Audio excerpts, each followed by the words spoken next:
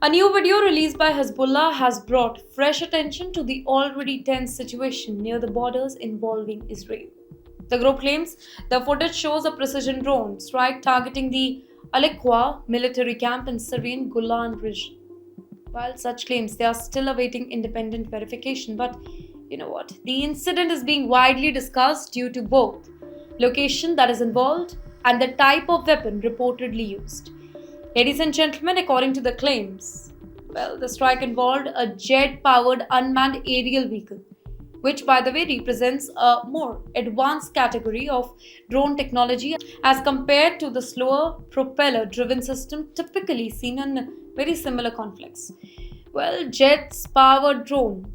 They can travel at high speed, cover long distances, potentially reduce the reaction time available for a defense system. So, if accurate, then this could indicate a shift in technological capabilities being used in that particular region and could have implication for future military strategy. The video also suggests multiple impacts within a short period of time, indicating a very coordinated and rapid strike pattern. However, as with many such releases during ongoing conflict, details about exact damage, casualty, and operational success that remains unclear. Here, analysts generally approach such footage very cautiously, as many serve both informational and strategic messaging purpose. In fact, wait, the timing of the development it is significant because tensions in the region they are already very bad. Cross-border incident, military alert, and ongoing security concern they have created a very fragile environment where even a single escalation it can have wider consequences.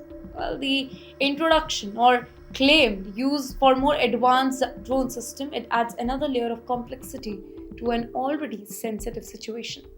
At the very same time, there are reports suggesting a possible diplomatic development here. Israel's leader, Mr. Benjamin Netanyahu, is expected to speak with Joseph Aoun. If confirmed, then this would actually mark a rare instance of direct communication between the two sides, which have had very limited engagement over the years due to long standing tension. Such a conversation, even if it is just primary, it could signal an attempt to manage escalation or open channel for dialogue. And this creates a very contrasting situation where military signaling and diplomatic efforts they are unfolding simultaneously. On one hand, the release of strike footage and claims of advanced weapon use it highlights rising capabilities and readiness.